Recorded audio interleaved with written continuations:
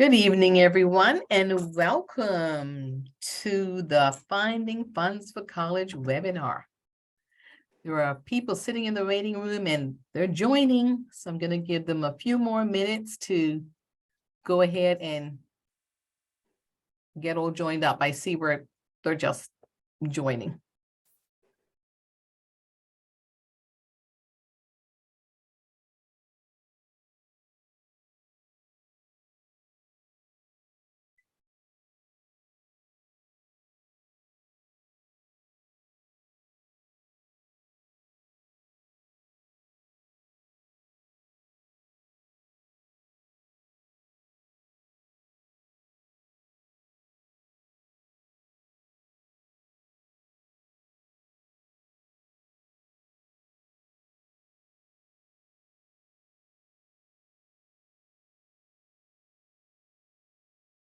Okay.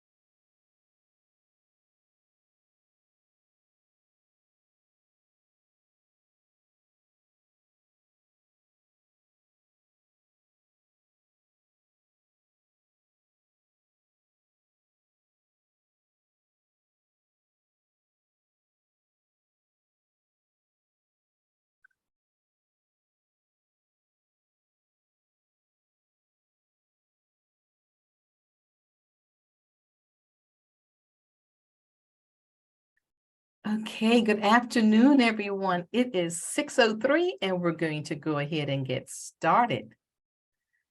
Thank you for joining us. Some of you for the first time, some of you have been here before, and we want to welcome every one of you here.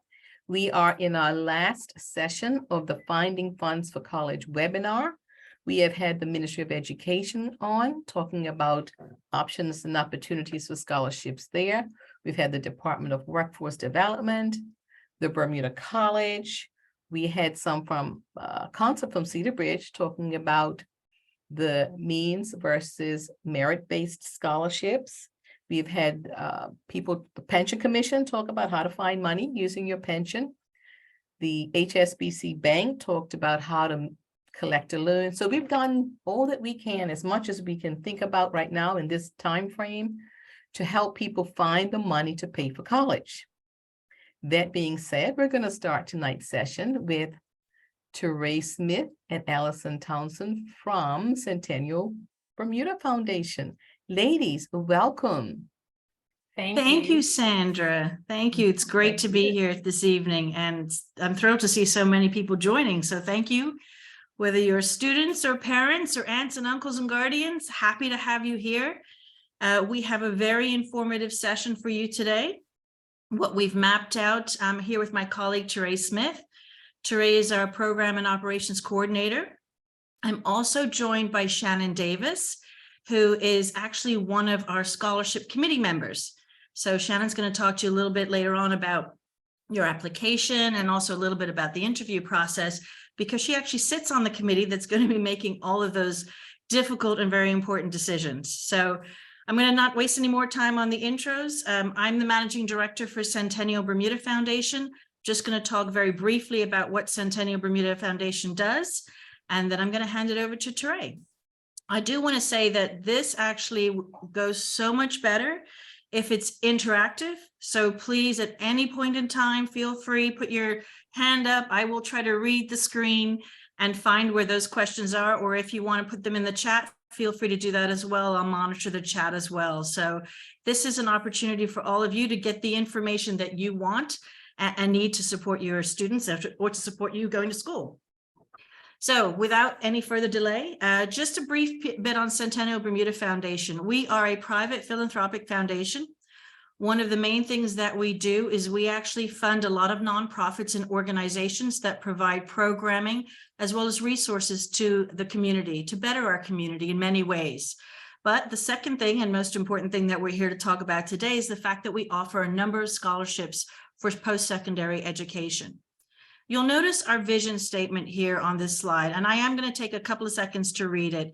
What I want to frame for you is a lot of people may recall us as the former Bank of Bermuda Foundation. We rebranded back in November of 2020 because we have no affinity whatsoever with a bank and haven't had affinity with a bank for many years. So I wanted to make it clear historically, we're independent and a private philanthropic foundation. But we also, about 6 or 7 years ago, went through a real deep dive to really decide on how we wanted to give funding in the community. And as part of that deep dive, we came up with our vision statement. And it really is a vision that all people in Bermuda are healthy, independent, financially secure, and connected to community with equitable opportunities for all. And I just want to pause on the equitable opportunities for all, because what we're here to talk about today is those opportunities for students who may not otherwise be able to afford to go away to post-secondary education. We're here to help you understand what we have to offer and to walk through a process of understanding how to apply and what that process looks like. So without any further delay, I'm going to hand over to my colleague, Terre, who's going to walk you through an overview of what we're here to talk about today. So good afternoon. Oh no, it's evening time. Good evening. My name is Terre. I am the Program and Operations Coordinator for Centennial. And in my post, I basically manage the scholarship program. So today's objectives are to understand the scholarships available and the criteria for applying, how to apply and by when, to provide insight on what makes a good application, and lastly, the timelines of the selection process. So number one, if anyone sees me looking down, I'm looking at my notes. And I would really appreciate it if you guys would ask questions if you have them. It'll make this go a lot smoothly, because then I'm just going to be talking to myself and then I sound crazy talking to myself. So moving on. Oh my God. Sorry. Moving on. So just a bit of general information for our scholarships. All of our scholarships are based on financial need first and foremost. Most scholarships have a GPA requirement, which vary from scholarship to scholarship. So some scholarships may require a 2.8 GPA. Some may request a 3.5. It just matters what scholarships you're looking into. Students can apply for multiple scholarships as long as they meet the criteria. They're Bermudian, as well as have completed at least 5 years of schooling in Bermuda. On my following slides, you're going to notice there are about 6 different scholarships that are available to first year, second year students. So, and you can apply to every single one of them. It increases your chances of getting a scholarship. So why not? So let me just pause really just quickly there. I do want to let everyone know that Sandra Mears is going to share this deck with you. So if anybody's writing feverishly or thinking they're missing a point, you are going to get the PowerPoint afterwards to review. So you'll have the materials in hand. Thank you, Allison. So currently there are 6 scholarships that are specifically for high school students entering their freshman year. Now, one of these 6 scholarships is actually the Joseph C.H. Johnson Scholarship, which is actually on a nomination basis. The principal of all the senior schools will submit one applicant for that scholarship. So that scholarship actually is not available to apply to, but it is given to students. Do I have any questions thus far?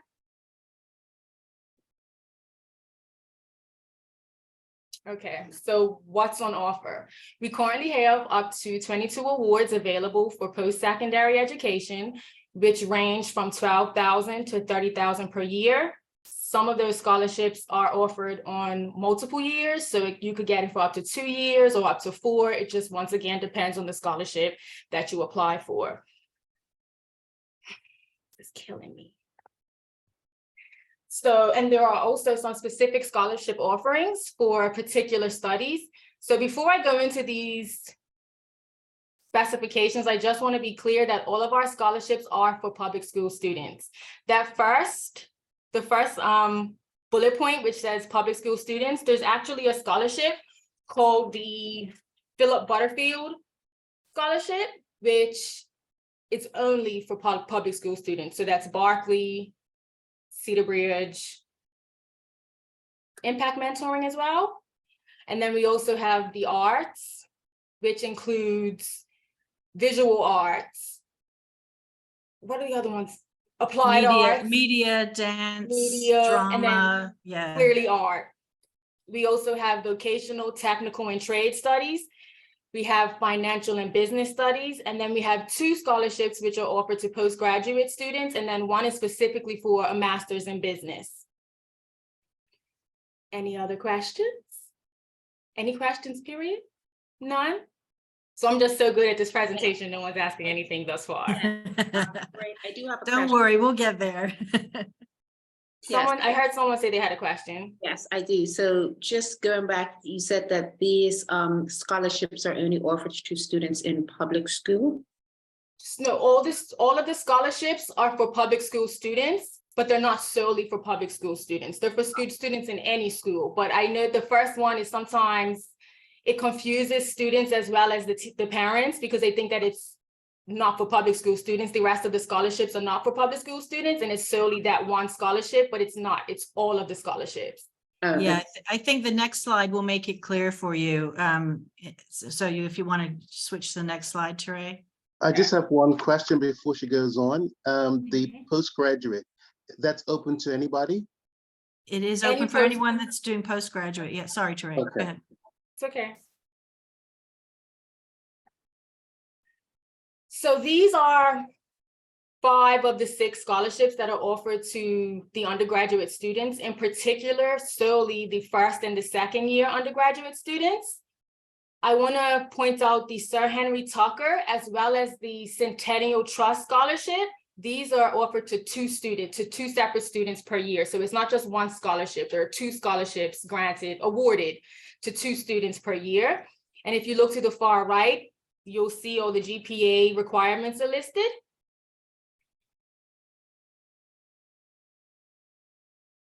Anyone have any questions about these? So I just want to clarify something, Teray, because I think we're getting a couple of chats, and I know there was a question earlier. So just to be clear, all of our scholarships are available to all students throughout the island, whether they attend Bermuda College, private school, or government school.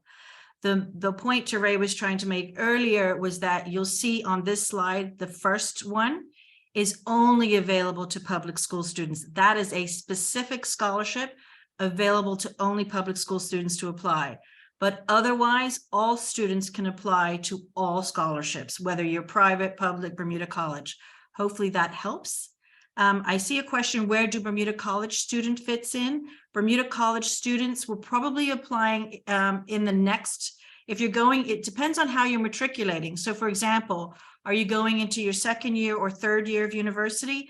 If so, the next round of scholarships on the next slide would be for you. It really will depend whether you're going into your first, second, third, or fourth year. So if you look at the requirements, you'll see they're either first, second, third, or fourth year. So there are scholarships available for Bermuda College students to apply to. It just depends on which year you're accepted into university. Does that make sense? Hopefully that helps. So here are some other scholarships that we offer. The first 3 scholarships, the Financial Services, Donald P. Lines, as well as the Chairman Award. These are all offered to 3rd and 4th year students, whereas the Sir John Cox and the Alden Trimmingham scholarships are for postgraduate students solely. The Alden H. Trimmingham scholarship is actually solely for a master's in business, just to point that out. The Chairman's Award is actually awarded to 2 students per year as well. Any questions? Mr. Allboy raised his hand. Yes, sir. Yes, good evening. Is there a specific figure for those ones that where they don't have the actual figures on there, like the Donald Lines and the Chairman's Awards? Are there specific amounts for those ones, or is like how do you gauge how much is the price the student will be eligible for? I guess what I'm trying to ask. Okay, so the Sir John W. Cox is up to $30,000 for up to 2 years. The Alden H. Trimmingham, I'm not sure, so I don't want to say, but if my memory serves me correctly, it's $20,000. So just to be, sorry, I apologize because I thought we did have this on this slide, so we'll correct it because it was originally on the slide. The Eldon Birmingham is 30,000 per year for up to 2 years. What else is on here? The Chairman's Award is 20,000 for any one academic year. And we do 2 awards for that, so that there's 2 students that usually have that award.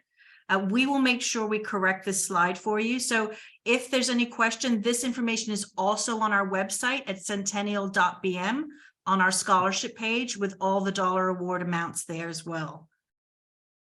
So I apologize that this slide is missing that.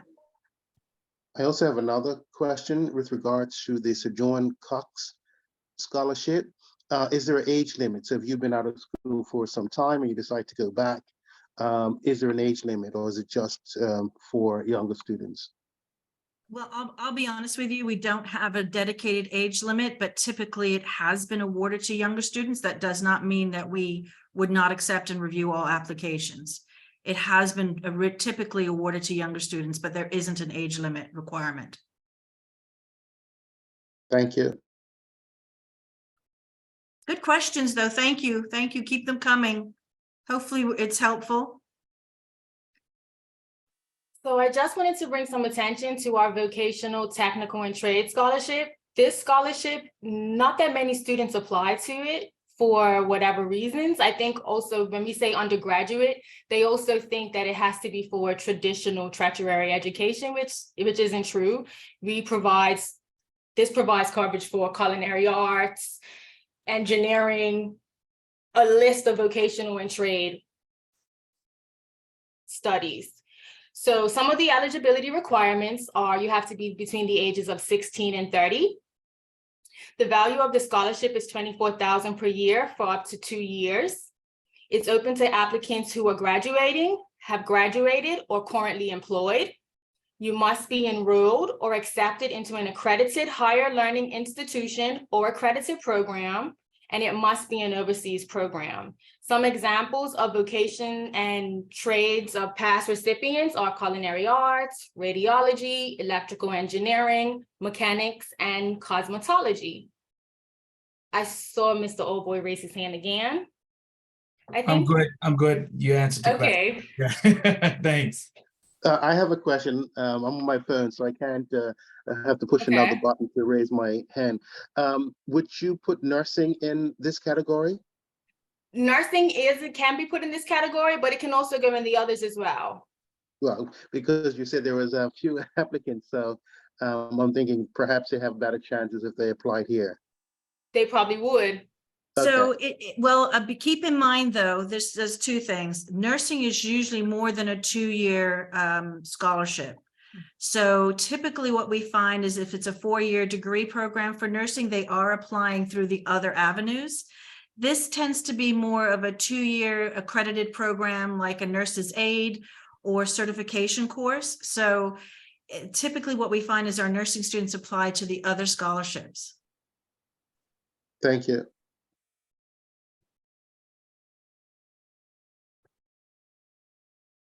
So how to apply? So firstly, I would say your best bet is to go into Centennial's website, which is centennial.bm/scholarships. All of our scholarships are listed on the website with the requirements as well as the criteria, with the GPA, all of that information is on there. You would then select whichever scholarships that you want, go onto the bermudascholarships.com. And at the top of the screen, at the top of your page, you'll see the search. At the bottom of the search page, you'll see a search engine where you can just copy and paste the scholarship or scholarships of your interest, and those scholarships will come up. Keep in mind, in the detailed information section, all of that information is provided, the criteria, as well as all the GPA requirements. It's all provided to you in those sections on bermudascholarships.com. So you don't have to go back to Centennial's website in the event that you may have forgotten some information. It's all detailed on bermudascholarships.com. If you are not registered on bermudascholarships.com, please register as soon as possible. It will genuinely help you with the process of not waiting until the last minute. And if you have any questions or concerns, please contact me at your earliest availability. At the end of this slide, you will see my contact information. Is there anyone who's currently had any issues or they've run into any problems on BermudaScholarships.com? No? Okay. So like Allison said, this slide will be provided to you at the end of this presentation. So these are just the QR codes to allow you to get easy accessibility to both websites. So that's to centennial.bm/scholarships, as well as BermudaScholarships.com. Please remember that all applications are due April 30th. That's next month. It's literally, I think it's like 7 weeks away. Does anyone have any questions? No. So some of the documentation required. When submitting your application, please be sure to include the following: your recent transcript. You have to complete the online financial needs form, which is on BermudaScholarships.com. You also have to upload your resume. Now, keep in mind, if your resume doesn't have work experience on it, that's perfectly fine. You can have your community service, any of your, what other work? Anything else on there that may be beneficial, even if it's just your hobbies, you can put that information on there too. It just provides us with more information to let us get to know you better.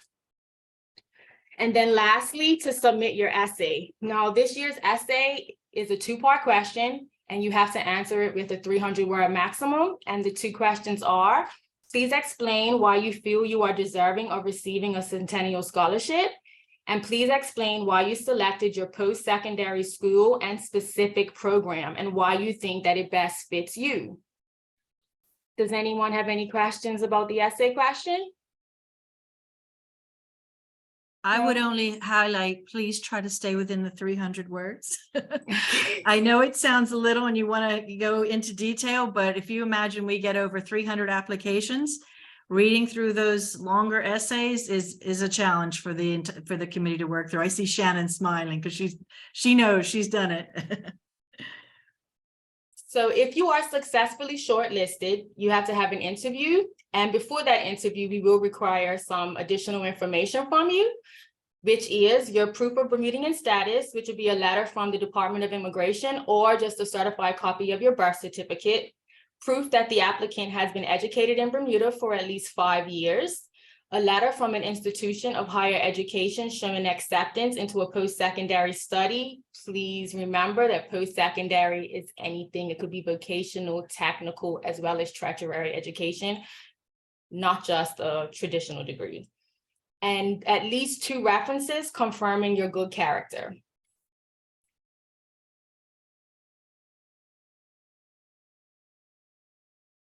So I'm going to pass this slide on to Allison. Right. So one of the things that Terrain mentioned very early on is our scholarships, first and foremost, are financial needs based. And so how do we do that? You will note, for those of you that have gone on to the Bermuda Scholarships website, there is a statement of means form that must be completed with the application.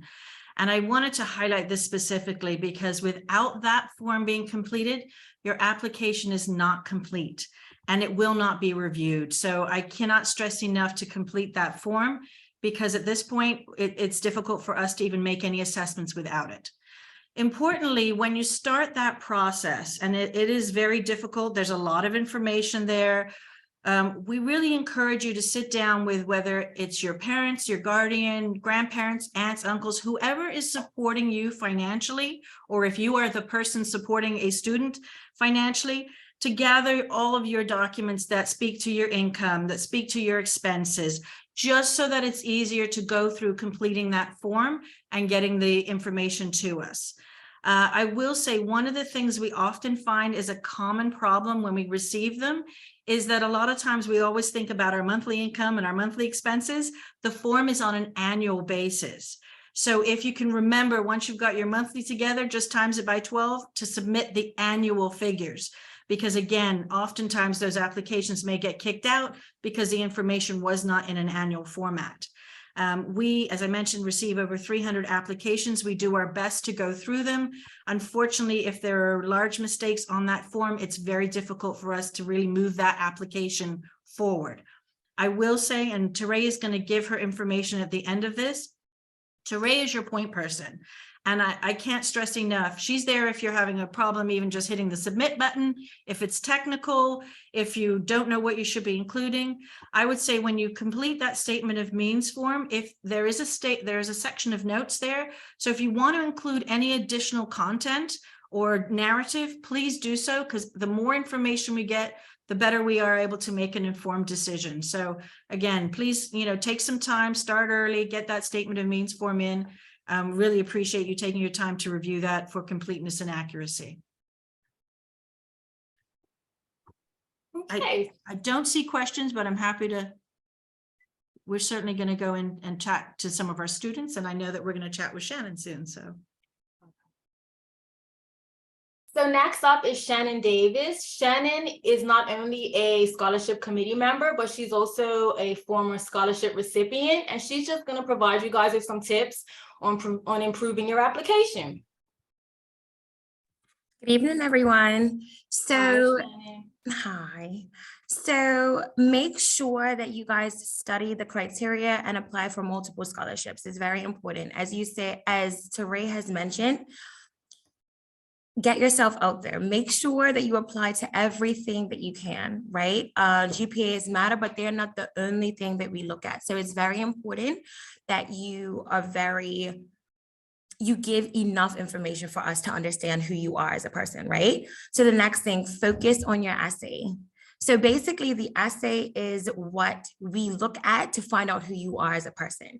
So do your best, allow us to know who you are, right? You're not in front of us. The only thing that we have is your forms, your applications. So the essay really does allow us to get a tap into who you actually are and what you're interested in, your goals, all of those things. So please, please, please give us a glimpse of who you are as a person, right? Who is your personality? What are your experiences? What do you want to be? Like all of those things are very important for us.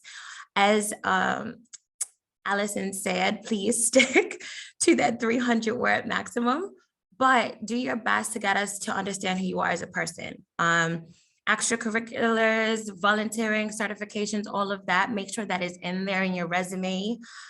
Be proud of your accomplishments, as we say, right? Don't be shy. This is the opportunity to get us to understand who you are as a person. Don't wait until the last minute. So I know that you have a lot of things going, especially if you're leaving from high school right now, it's a lot, you have exams, but we are asking that you please, please, please don't wait until the last minute, because if there's anything that does happen along this application process, at least you can reach out to Teray and you'll have enough time to address whatever issue it is. Save all of your documents in one place so that they are easily accessible for you to just push them right on the system to upload. Please ask questions. Ask questions. It's better to ask questions and get that understanding than to fill out something incorrect. Teray is there for you to reach out to. Please, please, please ask for help. Let someone else proofread your application before you submit it. So when it comes to the essay, right, you guys are in school, please ask someone to reread what you have submitted. Does this make sense? Could I have done something better? Should I have just have another person look at that? Which goes to the number 4 point. Please do not wait until the last minute, right? You want to give yourself some breathing space. Do it, take a second, relook at that, right? That's my teacher piece coming in, but please proofread your work. It's very important. If you're invited to the interview, acknowledge the invite as soon as possible. Provide additional materials in a timely manner. Be prepared and be yourself, right? Be personable. We're in that room with you when we get to that piece, but we just want to see who you are as a person. I know it's easier to say there's no reason to be nervous, but it really isn't. We're a great group and we just want to know who you are. We just want to get that that feel to you. So we're not monsters. Be yourself. It's fine. And like I said, I understand that that's easier said than done, but it helps when you're able to speak more about yourself when you're comfortable, right? So That's my tips for you guys. Thank you, Shannon. You're welcome. And can I say, like, our committee is Amazing. amazing. I know we're bragging about ourselves, but I will say our scholarship committee, we have 3 of our scholarship committee members that are former recipients of our scholarships. They know what this feels like. They've been through this. They've been in your shoes, your students' shoes. So they bring that empathy to the interview, and they're there to make you feel comfortable. It's not a, big, spotlight on you and, oh my gosh, I know you're going to be nervous, but they do everything to make you comfortable and to really make it more of a conversation to get to know you. So thank you, Shannon. I really appreciate it.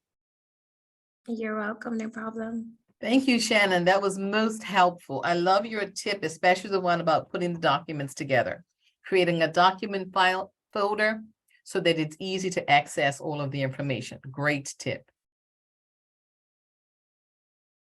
Okay, so moving on to our next slide. What happens once I submit and when will I know? So our scholarship process goes through like a 3-round review. The first round is we review for completeness and confirm applications meet the criteria. This clearly happens after all of our applications are submitted, which is, once again, I'll reiterate, April 30th, next month. So please apply before the deadline. You don't want to rush your applications towards the end of the deadline. Our second round review is to review all application materials for shortlisting. This is usually complete by the end of May. And lastly, our third round review are the interviews. Now, our interviews are usually between mid and the end of June, and the final individuals who are selected is usually around early July, and all interviewees will be communicated with regarding their decision, usually by mid-July, the latest. Any questions? Okay. So lastly, if anyone has any questions regarding their applications or regarding this presentation that they didn't want to ask publicly, you can send me an email or you can call me. Please, if you do call me, please leave a voicemail and I promise to call you back as soon as possible.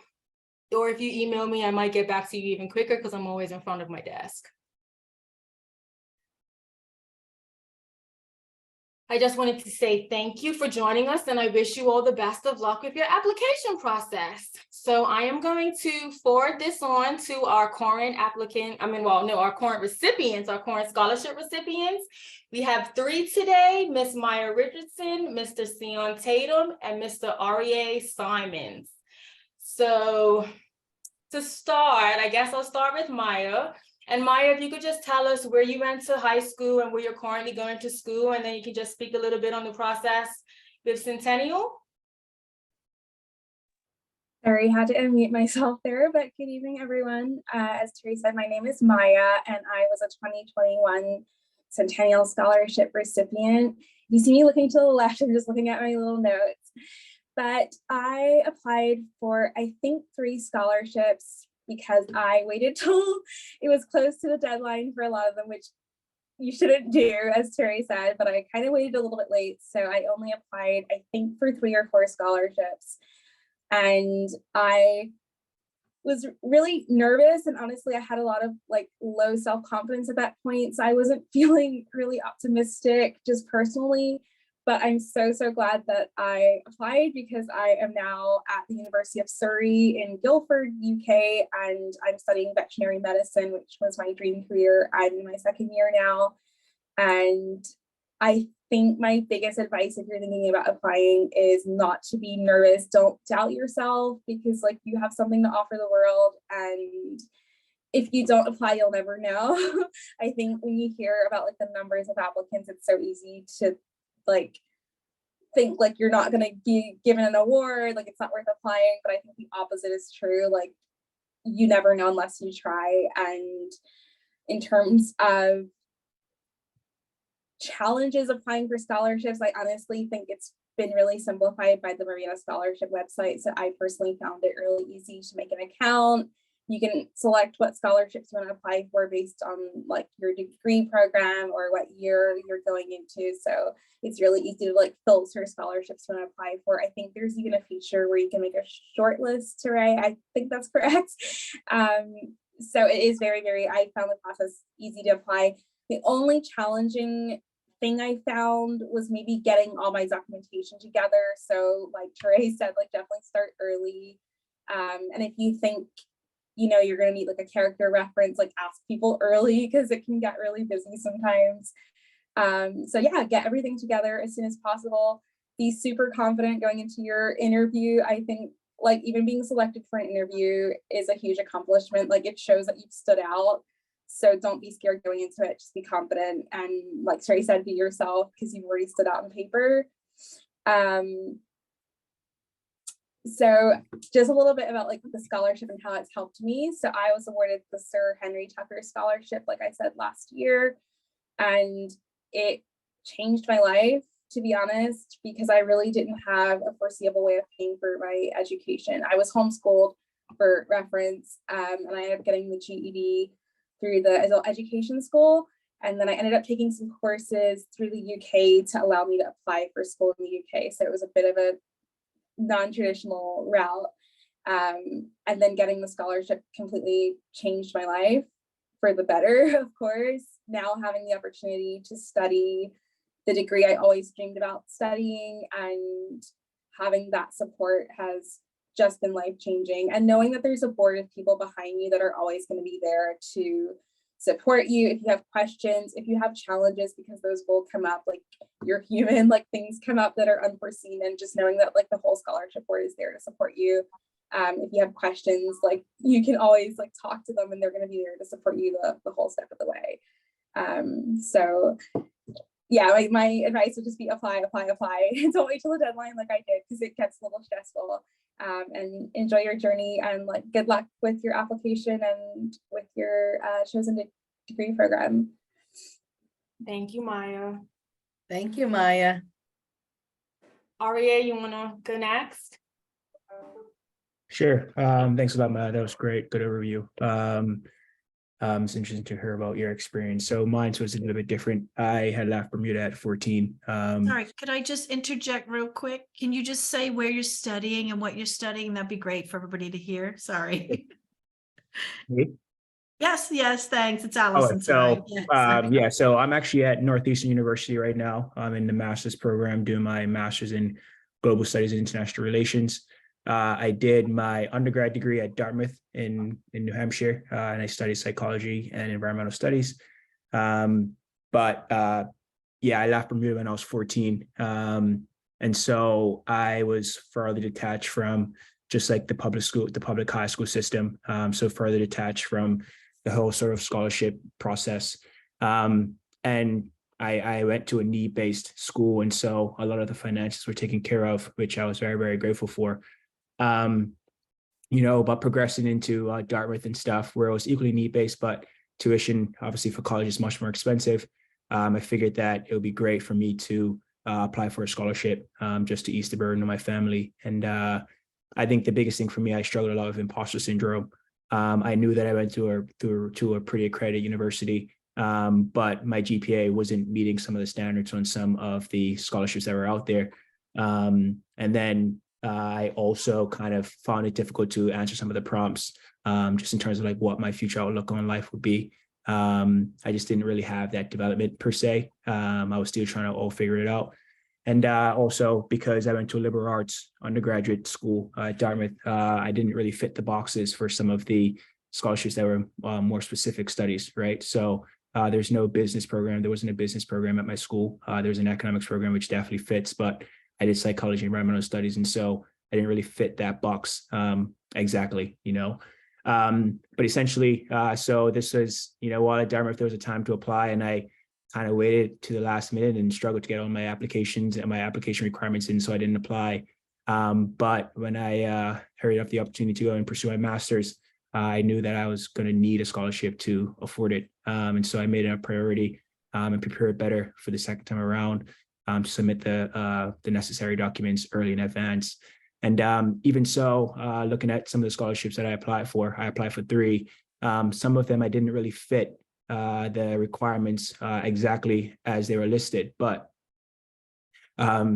nobody is just a box, and I think this speaks to kind of just putting yourself out there. You know what I mean? Like, I'm doing a very non-traditional master's program in international relations and global studies, and there's definitely not any scholarship or scholarships that's tailored directly to international studies and global relations.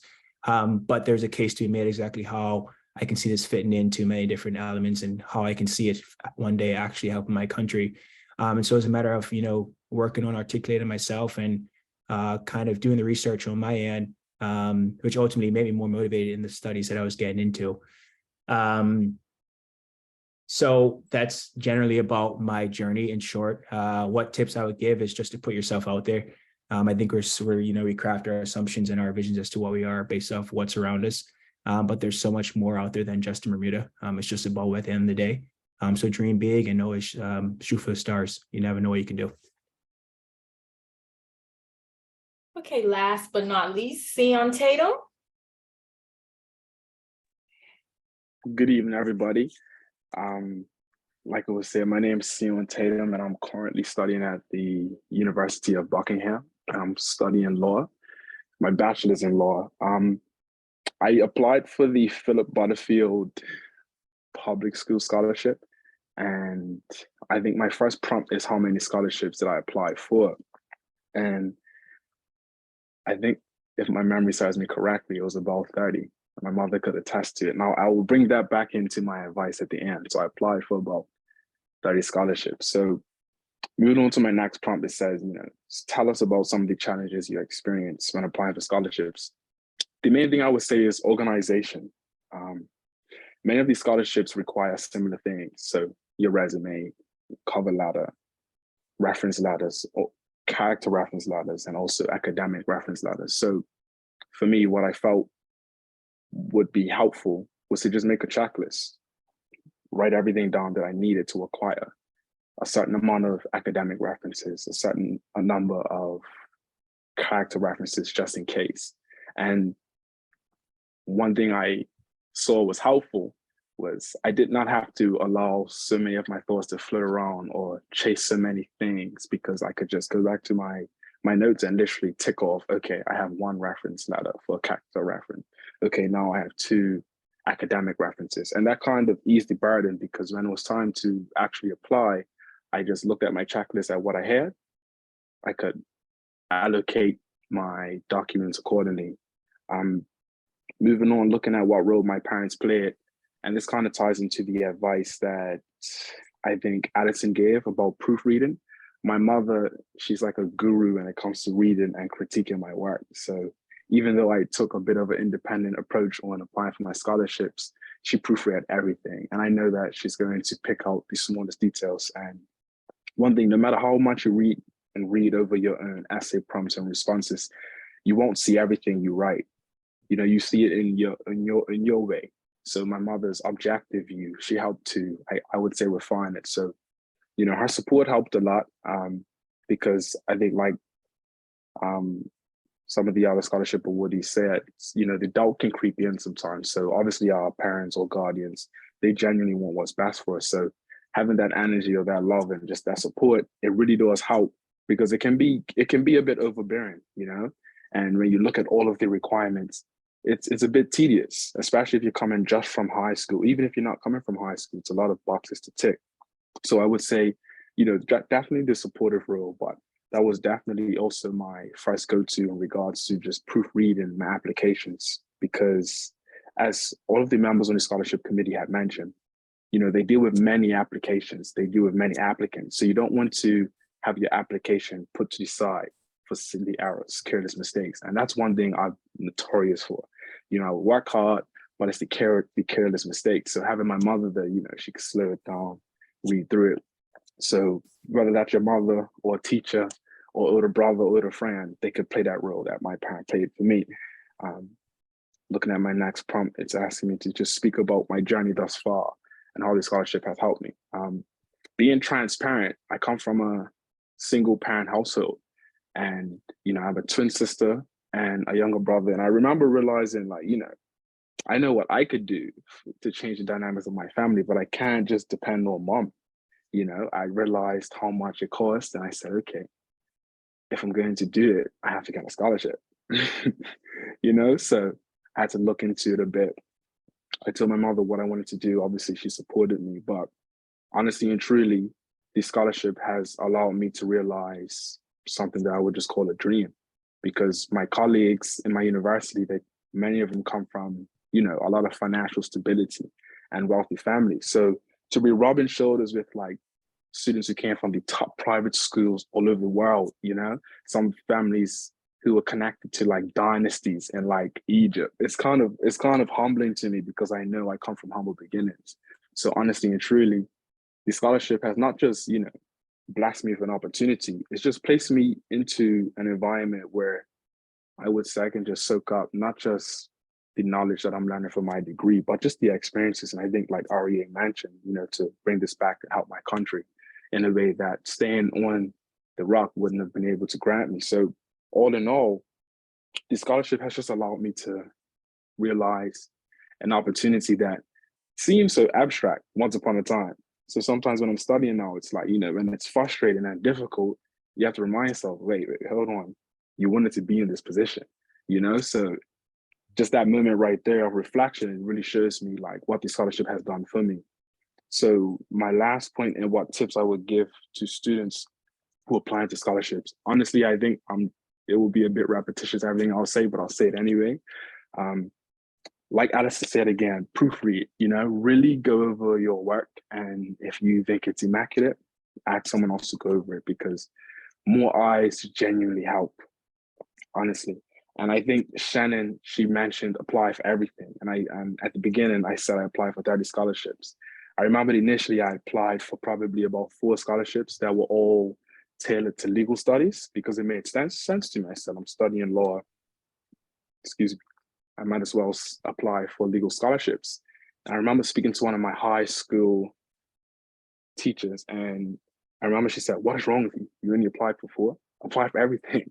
And she said to me specifically because so many people do not apply for scholarships. And I think Terre had mentioned that earlier, that when she made reference to the vocational, technical, and trade scholarships, many students actually don't even apply. You may have a scholarship where only one student applied to the scholarship and they do not even fit the criteria. So what do you think happens? They get the scholarship. So with that knowledge, I applied to almost everything. And the scholarship that I was awarded, the Philip Butterfield Public School Scholarship, it wasn't tailored to students who were pursuing a profession or career in law. Although it did, I did fit these like big criteria because I was a public school student. I had just missed it because I was so focused on my discipline. Honestly and truly, once you have applied for your priorities, obviously I would say have your priorities. Know these scholarships that you tick the boxes easily, and I would say prioritize those. But once you have finished, it's not like we have to pay to apply for all these scholarships, where it's different when you apply for universities, you have to pay. Honestly, you can apply for as many scholarships as possible, and what does it really cost you? So I remember applying for about 30, and I'll give you a brief story. The last 2 scholarships I applied for, I received 28 rejections. And this is where like having faith and, just believing in yourself really goes a long way, because, 28 rejections is a lot, and you start to really beat yourself up, but you have to speak to yourself. And this even plays in the advice I want to give you in regards to your interview process. Like when you know yourself and you believe in yourself, you have to understand what's yours is yours, honestly. When you go into interviews, I know many students are very nervous when impressing. We want to impress those before us, but the easiest way to impress people in front of you is being your authentic self. One thing I realized from interviews in the past, when I genuinely felt it went well, the interview had turned into a discussion because I was just being myself, not trying to please, not trying to be perfect. Obviously, give my eye contact, shake hands, but this was before COVID, so I'm not sure the protocol, but shaking hands, body posture, eye contact, thinking of my questions. But most importantly, your authenticity. One thing that I have reflected on a lot in just the journey on applying to scholarships, how competitive it is authenticity will take you a long way, because you don't have to think about who you are. once you reflect and you know what you want, you know who you are, it's easier to be who you are in an interview versus trying to please. So, I think that kind of feeds on the points that the scholarship committee had mentioned, but in a nutshell, that was my experience.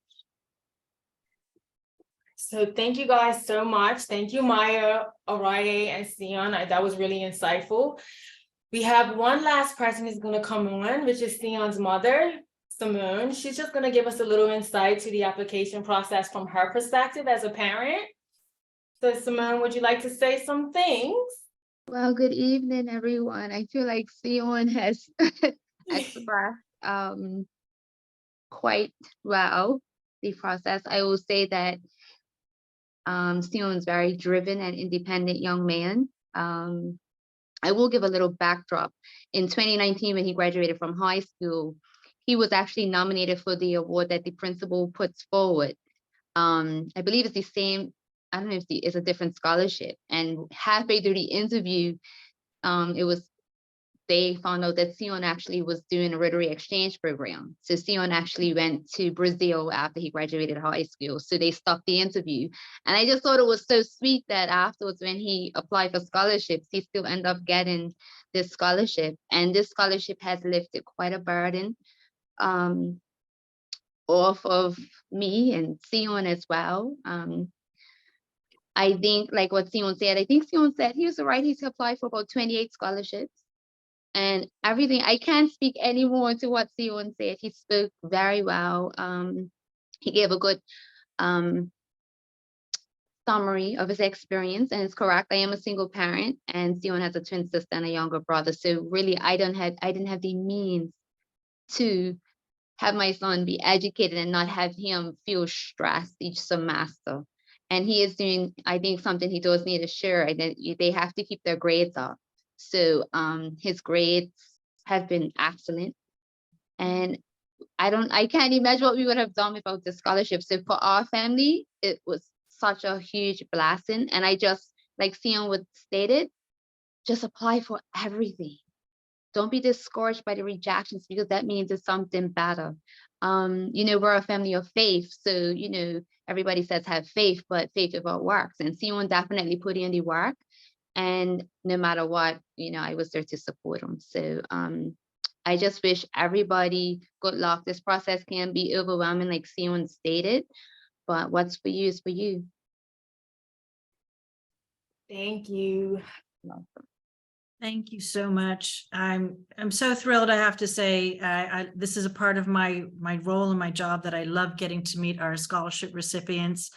They are a wonderful group of students who I just wish all the best, and that they come home and work for us in Bermuda because we need your talent. We need your talent back home. We definitely do. So thank you so much. And thank you, Simone. Your stories always impress us that we're heading in the right direction in terms of what we're working towards. So thank you.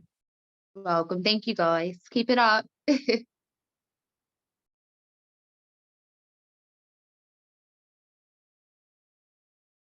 Oh, you're on mute, Sandra, I think.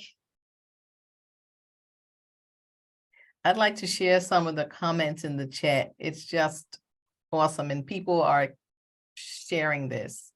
One says, well done to these young people, especially the young men, so very proud of you. Another person says, the 3 young people are excellent examples of what Centennial is striving to achieve. They certainly lend trust to the process. Another one says, thank you for sharing your experiences. Another one says, wow, I can tell why these 3 recipients were successful. I wish all 3 of you continued success. Thank you for sharing your journey and sharing your tips. Another one says, exceptional students, bright sparks for Bermuda. Keep shining for us, and well done to all of you. Another person says, awesome job to the students and parents that supported their children. Keep up the good work. It wraps it all up. It says what earning the scholarship can do. You guys you're just amazing. You're awesome. And I certainly wish you all the best, as do the people in this chat. Does anyone have any other questions or comments?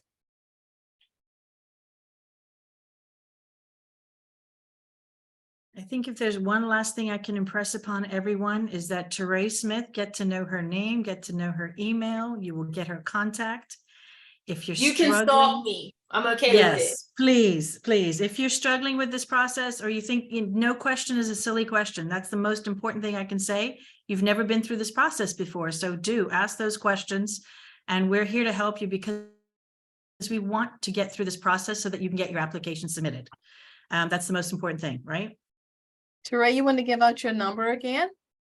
Sure. So my number is 707-6551.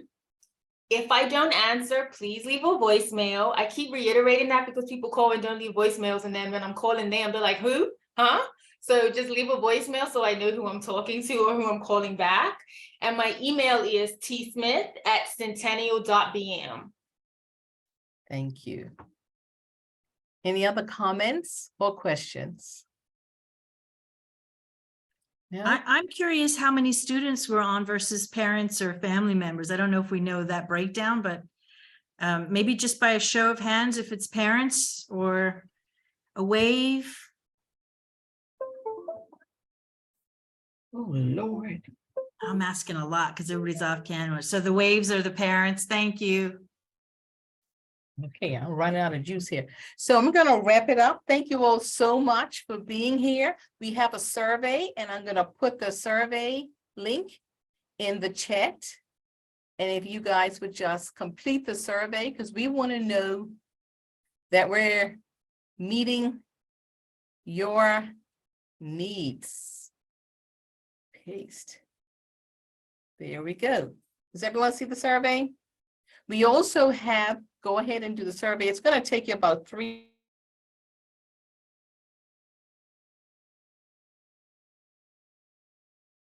Thank you. Thank you for sharing that. That's good for me to have a sense if it was on the call. Thank you. You're on mute again. Thank you all for joining us. We appreciate you. Continue to work on that survey. And we'll get that information. I also have a surprise gift. And the surprise gift is for the parents of students who are working on scholarship applications. It's a 45-minute consultation with myself, and my number is 538-6355 in case you need assistance with your scholarship application. So you can contact myself or Terre, but you'll have a free opportunity to complete your applications. Thank you all so much for joining us. And I hope that this series has done you well and led you on the way, on the path to success and the opportunities that are out there waiting for you. Thank you and have a great night. Someone's just asked for a phone number again. I don't know whose number that was, whether it was your number. My number is 538-6355. And then Terre, just want to, sorry, I don't know which number they were asking for. 707-6551. Great. All right. Thank you, everyone. Good night. Good night. Thank you. Have a great evening, And everyone. thank you to our students. Thank you, Sandra, for organizing again. Shannon, thank Allison. you. Thank you. Take care.